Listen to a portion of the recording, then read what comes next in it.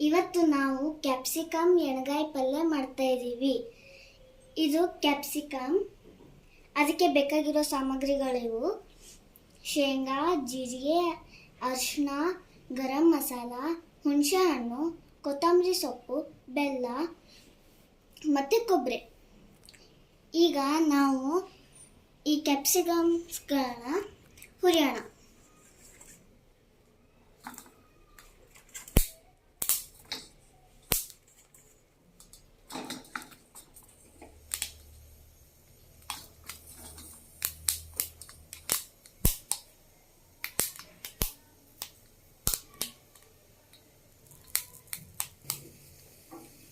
ಈಗ ಇವುಗಳು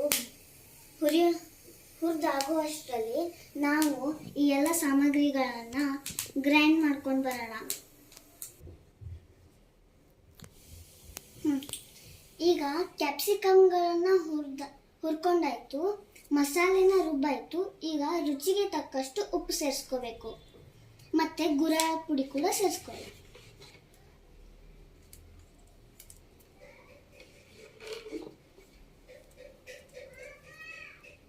ಈಗ ಮಿಕ್ಸ್ ಮಾಡಿ, ಚೆನ್ನಾಗಿ ಅದನ್ನ ಮಿಕ್ಸ್ ಮಾಡಬೇಕು.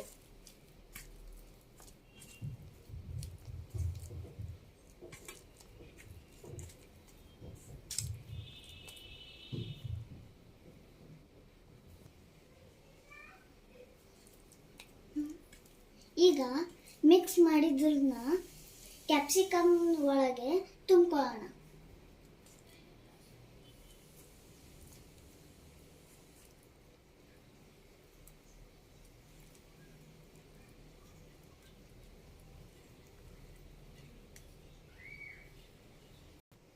ಈಗ ಕ್ಯಾಪ್ಸಿಕಮ್ಗಳ ಒಳಗೆ ಮಸಾಲೆನ ತುಂಬಿದ್ದಾಯಿತು. ಈಗ ನಾವು ಒಗ್ಗರಣೆ ಹಾಕ್ಕೋಬೇಕು. ಮೊದಲು ಪಾತ್ರೆಯಲ್ಲಿ ಎಣ್ಣೆ ಹಾಕ್ಕೊಂಡು ಅದಕ್ಕೆ ಸಾಸಿವೆ, ಜೀರಿಗೆ, ಕರಿಬೇವು ಮತ್ತು ಈರುಳ್ಳಿನ ಸೇರಿಸ್ಬೇಕು.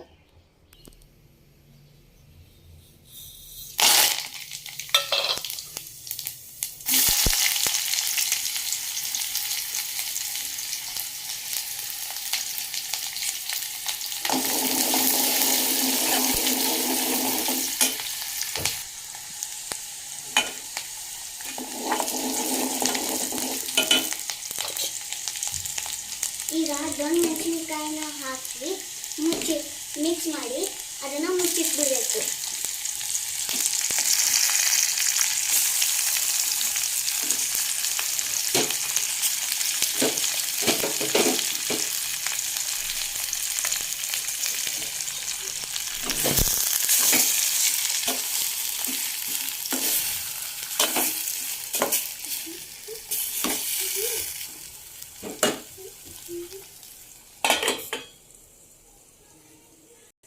ಈಗ ಉಳಿದಿರೋ ಮಸಾಲೆ ಜೊತೆ ನೀರು ಹಾಕಿ ಮಿಕ್ಸ್ ಮಾಡಿ ಆ ಪಾತ್ರೆ ಒಳಗೆ ಹಾಕಬೇಕು.